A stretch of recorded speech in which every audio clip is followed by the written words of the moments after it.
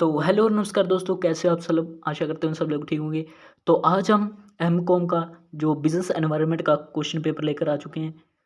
तो ये question paper थोड़ा पुराना है, लेकिन उससे पहले वीडियो पूरी देखिएगा, क्योंकि आपको मैं बताता हूँ कि ये क्वेश्चन पेपर चाहे पुराना है, लेकिन आपको एमकॉम का बिजनेस एनवायरनमेंट का है, तो आपको इंपॉर्टेंट क्वेश्चन तो इसमें देखने को मिलेंगे। तो यही क्वेश्चन रिपीट होते हैं, तो यही आएंगे। तो आप वीडियो को पूरा देखिएगा, आपको हर चीज़ आपको एक्सप्लेन करेंगे डिटेल से, कौन सा क्वेश्चन बार बार रिपीट होता है, कौन सा आता है। तो चैनल पर आपको 2021 का, 22 का, 17 का, 18 का सारे क्वेश्चन पेपर आपके बिजनेस एनवायरनमेंट के अपलोड हैं, तो वो देख ले सकते हैं आप वीडियो। तो ये 15 का है, एक और 15 का आएगा, 18 के भी 2 हैं। तो आप देख सकते हैं सारे वही रिपीट होंगे, तो वही तैयार करके जाएगा, तो आपको 101% क्वेश्चन पेपर एकदम बढ़िया अटैम्प्ट होगा आपका पेपर। तो चलिए शुरू करते हैं। उससे पहले आपको हम बेसिक जानकारी बता दें, जैसे कि आपको पता टाइम इसकी जो पेपर की वो 3 घंटे है। ठीक है, इसमें मैक्सिमम मार्क्स 80 नहीं है, अब वाले में 70 हैं। ठीक है, जो इसका आजकल जो पैटर्न हमारा चल रहा है वो है 5 क्वेश्चन आपको अटैम्प्ट करने होंगे। फर्स्ट क्वेश्चन जो हमारा वो कंपलसरी होगा, जिसके 7 पार्ट होंगे, जो कि 2 नंबर का हर होगा, हर एक क्वेश्चन। तो इस तरह से 14 नंबर का। बाकी 4 क्वेश्चन आपको करने होंगे, जो कि 14 नंबर के होंगे, 56 मार्क्स के होंगे जाएंगे। तो ये 4 क्वेश्चन आपको कैसे करने हैं, 4 यूनिट में आपको 4 क्वेश्चन करने हैं, एक यूनिट में 2 क्वेश्चन होंगे। ठीक है, इस तरह से 4 यूनिट में आपको 8 क्वेश्चन मिलेंगे। हर यूनिट में 2 क्वेश्चन होंगे, 2 में से आपको एक करना ही करना है। तो इस तरह से आपको अटैम्प्ट करना है। तो ये पैटर्न पुराना है, लेकिन क्वेश्चन इंपॉर्टेंट है। क्वेश्चन आप देख सकते हैं। क्वेश्चन है वो है, discuss the main feature, merits and demerits of mixed economy. देखा, important.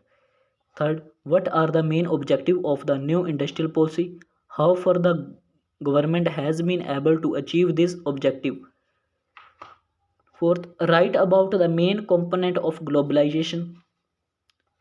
What changes in legal environment have done by government of India for business after 1991? Explain the basic feature of Environment Protection Act 1986. What are the consumers' right? Explain. Explain the main provision of Foreign Exchange Management Act, FEMA. FEMA, जो कि पहले नाम इसका था फेरा, foreign exchange regulation act. अब इसका नाम बदलकर फेमा कर दिया गया है। तो ये आपको करना है। ये तो 2 से था स्टार्ट। सॉरी, मैंने पहले आपको क्वेश्चन बताया नहीं, पहले भी देख लेते हैं क्या इसके आपको पार्ट दिए हुए कुछ। डिफाइन बिजनेस एनवायरनमेंट 2 नंबर में आपके लिए इंपॉर्टेंट है। How demographic environment affect on business. What do you mean by economic reform. Write the objective of globalization. Define industrial policy. What expectation can the business have from the government? Write the meaning of corporate social responsibility. What are the main objective of Trademark Act 1999?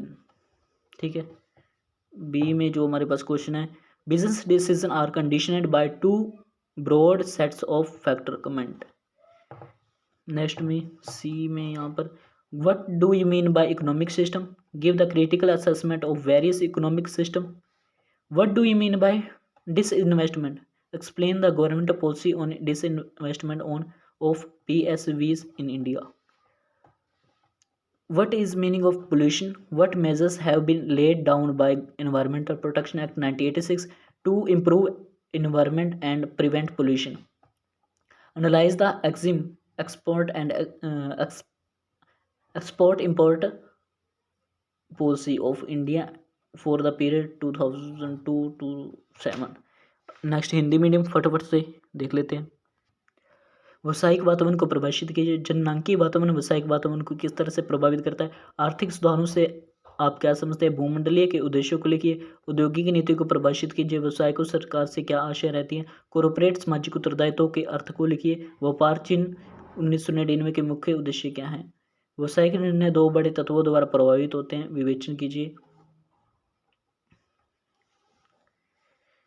विनिवेश से आप क्या समझते हैं, स्पष्ट कीजिए कि सार्वजनिक क्षेत्र की इकाइयों में विनिवेश करने की नीति क्या है।